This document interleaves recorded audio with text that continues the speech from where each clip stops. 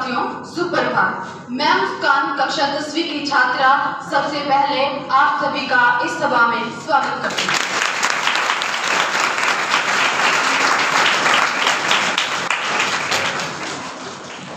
मन के हारे हार है, मन के जीते जीत। 1526 में मुगल शासक ने मुगल साम्राज्य की स्थापना की थी। बाबर ने भारत पर बहुत से आक्रमण किए। आप यकीन कर पाएंगे कि बाबर की सेना में केवल 15,000 सैनिक थे और इब्राहिम लोदी से उनका सामना हुआ पानीपत की लड़ाई में 1526 में। आप यकीन कर पाएंगे कि जो इब्राहिम लोदी है उसकी सेना में 1 लाख से ज्यादा सैनिक थे और अस्त्र शस्त्र थे। उसके पास 1000 से ज्यादा हाथी थे और उसके पास बहुत कुछ था, लेकिन फिर भी इब्राहिम लोदी को हार का सामना करना पड़ा।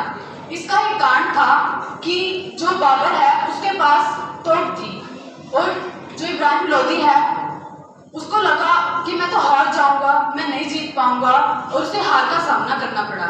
और एक उसका उल्टा उदाहरण देती हूँ कि श्री गुरु गोविंद सिंह जी हैं, उन्होंने इतने मुश्किल हालातों में अपनी जिंदगी व्यतीत की।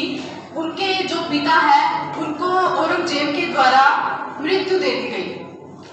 जो श्री गुरु गोविंद सिंह जी हैं उनके 4 साहिबजादे वो भी शहीद हो चुके थे।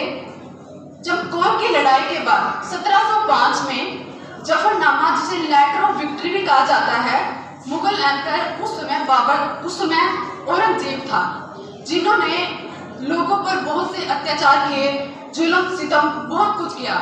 उस पर गोविंद सिंह जी लिखते हैं कि तुम सोच रहे हो कि मैं मेरे 4 साहिबजादों के जाने के बाद हताश और निराश बैठा होगा, तो तुम ये गलत सोच रहे हो। मैंने खालसा पंथ की स्थापना की है और इस सिख का मेरा एक सिख मेरा बेटा है और तुम्हें एक काले नाग की तरह ऐसे दिसेगा कि तुम उठ भी नहीं पाओगे। और जो औरंगजेब है उससे श्री गुरु गोविंद सिंह जी कभी हार ही नहीं पाए। उनको हार का सामना नहीं करना पड़ा क्योंकि उसने ठान लिया था कि मैं हारूंगा नहीं, मैं जीतूंगा। उसके मन में कभी हार आई ही नहीं। तो दोस्तों, मैं आपसे कहना चाहूंगी फिर से कि हमें कभी भी हार नहीं माननी चाहिए। हम मुश्किलों का सामना डटकर करना चाहिए। धन्यवाद।